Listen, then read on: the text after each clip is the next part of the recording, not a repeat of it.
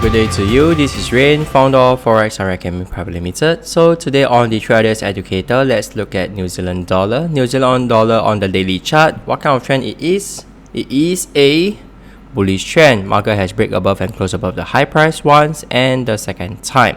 Alright, so right now for trend trading is a buying opportunity. So head down to the 4-hour chart. On the 4-hour chart, we can see very bullish movement, and to the 1-hour chart.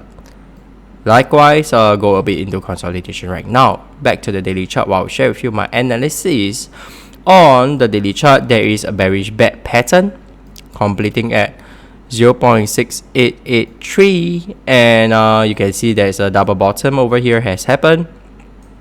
Market retest a new high again, so it does form a opportunity for me to wait for market to retest back into this buy zone for a buying opportunity all the way up to the D price. Head down to the 4-hour chart.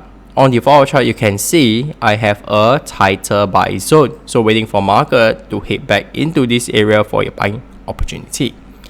To the 1-hour chart, likewise, nothing much. Maybe can wait for a harmonic back pattern to form out at a much lower price for a better entry.